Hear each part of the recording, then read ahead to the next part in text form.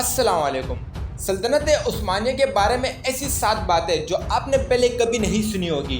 आज मैं आपको इस वीडियो में उन 7 बातों के बारे में बताऊंगा जो आपके लिए जानना निहायत ज़रूरी है। नंबर 1, सुल्तान मोहम्मद फ़ातेह की तलवार जो कुस्तुनतुनिया फतह करते वक्त उनके पास थी। उस तलवार का वज़न 7 किलोग्राम और ये 125 सेंटीमीटर लंबी है। ये तलवार स्टील, लोहे और सोने का मुरक्कब है। इस तलवार पर अरबी ज़बान में लिखा गया है कि अल्लाह के नाम के साथ जो निहायत रहमान, निहायत रहीम, जिसने रोशन आयात और हमेशा तेज़ रहने वाली और चमकती तलवारों के साथ ईमान से नवाजा। सलाम और सलवात हमारे पैगंबर मोहम्मद और उनके आल पर, जिनसे हमने इंतहाई नफीस अल्फाज मंसूब किए। मुराद दोयम के बेटे मोहम्मद दोयम को बरकत और कुव्वत अता फरमा। जिहाद के लिए हाजिर रहने वाले ज़बरदस्त तलवार मुजाहिदों और गाजियों के सुल्तान जो अल्लाह के बाबरकत लोगों की तस्बीह के लिए पोशा है। शरीयत के दुश्मनों की गर्दनें उसकी तलवार के मयान बन जाए। उसके कलम पर अपने फजल की सियाही बहा। उस्मान की औलाद, ओरहान की औलाद, मुराद की औलाद, बायजीद की औलाद, मोहम्मद की औलाद, अल्लाह उन्हें जन्नत के पानी से पाक कर दे जो गाजियों की तलवारों से बेहता है, और उन्हें जन्नत में तलवारों के साए में जगह अता फरमा, आमीन। ये तमाम बातें सुल्तान मोहम्मद फ़ातेह की तलवार पर लिखी गई है और ये तलवार तुर्की के तोपकही म्यूजियम में रखी गई है। नंबर 2, क्या आप सल्तनत उस्मानिया की रिवायत ज़माम दफ्तर यानी कर्ज की किताब के बारे में जानते हैं? ज़माम दफ्तर ऐसी किताब थी जिसमें दुकानदार अपने ग्राहकों के कर्ज का हिसाब रखते थे। सल्तनत उस्मानिया के साहिब हैसियत शेरी सालाना खसूसन रमज़ान में दुकानों का दौरा किया करते थे और दुकानदारों से ये किताब मांग कर गरीबों का कर्ज अदा करते थे, और दुकानदार से अपनी शनाख्त खुफिया रखने को कहा करते थे ताकि जिसका कर्ज अदा किया जा रहा है वो शर्मिंदा ना हो। क्या आपको नहीं लगता कि आज भी उस अमल की अशद ज़रूरत है?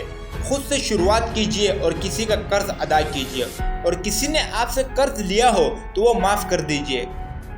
नंबर 3, क्या आपको मालूम है कि सल्तनत उस्मानिया में रियासत कसाबों को हर 6 माह बाद 1 माह की छुट्टी देती थी, क्योंकि रोज़ाना जानवर ज़िबह करने और गोश्त काटने से इंसान के अंदर रहम के जज्बात ख़त्म हो जाते हैं। इसलिए कसाब अपनी छुट्टियों के दौरान बागबानी करते थे ताकि वो जान सके कि जानदारों का ख्याल रखने से कैसा महसूस होता है और उनमें रहम का जज्बा दोबारा परवान चढ़े। नंबर 4, अजीम उस्मानी मेमार सनान अनातोलिया के एक मसीही ख़ानदान में पैदा हुए। 1511 हिजरी में वो उस्मानी फ़ौज में शामिल हुए और इस्तांबुल आ गए, जहां उन्होंने इस्लाम कबूल कर लिया और सनान का नाम पाया। 3 साल बाद तामीरात और इंजीनियरिंग की माहिर सनान मशरिक में उस्मानी सुल्तान सलीम अव्वल के पेश कदमी करने वाले दस्तों में शामिल थे और कायरा पर कब्जे करने वाले दस्ते का रुकन थे। उस फतह के बाद सनान को आला माहिर तामीरात मुकर्रर किया गया।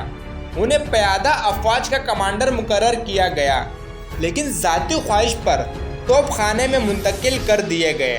1535 हिजरी में उन्होंने फ़ौज के लिए पुल और किले तामीर किए और 1539 में पहली गैर अस्करी इमारत तामीर की, जिसकी वजह से उन्हें उस्मानी चीफ मेमार बना दिया गया, और अपनी ज़िंदगी के बाकी 40 साल उन्होंने उस हैसियत से गुजारे।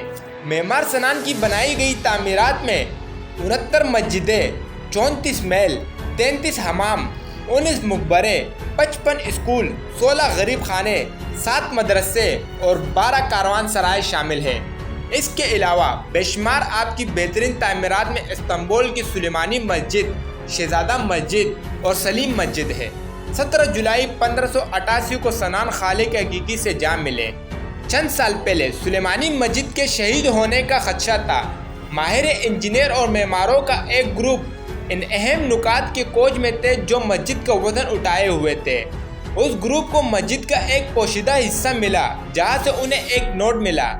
मेमार सनान के उस्मानी तुर्की ज़बान में लिखे उस नोट में कहा जा रहा था कि जब आप ये नोट पढ़ रहे हैं तो उसका मतलब है कि कलेदी पत्थर में से एक खो गया है और आप उसके तबादले का तरीका नहीं जानते।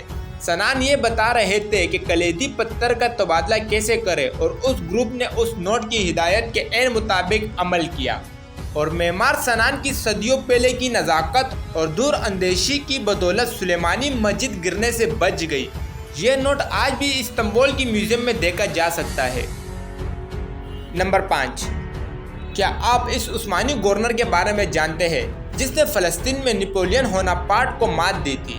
وہ ایک عثمانی گورنر جیزیر احمد پاشا ہے۔ فرانسیسی حملے اور مصر پر قبضے کے بعد 1799 ہجری میں نپولین نے اپنی فوج کو متحرک کیا اور سینا کی طرف پیش قدمی کی۔ نپولین کا مقصد یروشلم پر قبضہ کرنا تھا۔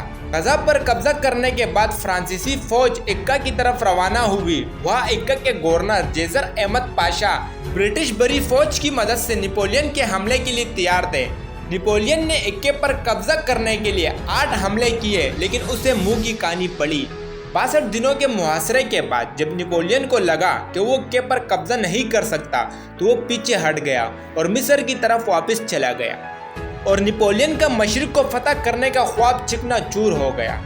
عکے پر حملہ کرنے سے پہلے نپولین کے عزائم کچھ یوں تھے: اگر میں کامیاب ہو گیا، جیسے کہ مجھے امید ہے، مجھے اس علاقے میں 3 لاکھ فوجیوں کے لیے اسلحہ مل جائے گا۔ پھر میں دمشق اور حلب پر چڑھائی کروں گا، وہاں سے ایک بڑی فوج کے ساتھ قسطنطنیہ کی طرف پیش قدمی کروں گا اور ترک سلطنت کا خاتمہ کر کے مشرق میں ایک عظیم الشان سلطنت قائم کروں گا، جس سے تاریخ میں میرا مقام عزت کے ساتھ درج ہو جائے گا۔ احمد پاشا کی سوجھ بوجھ اور جنگی حکمت عملی کی بدولت نپولین کو عکا سے ہی واپس کرنا پڑا۔ احمد پاشا کی اس کامیابی نے مسلم امہ میں ان کے وقار کو بلند کر دیا۔ دمشق اور حلب میں جشن منایا گیا۔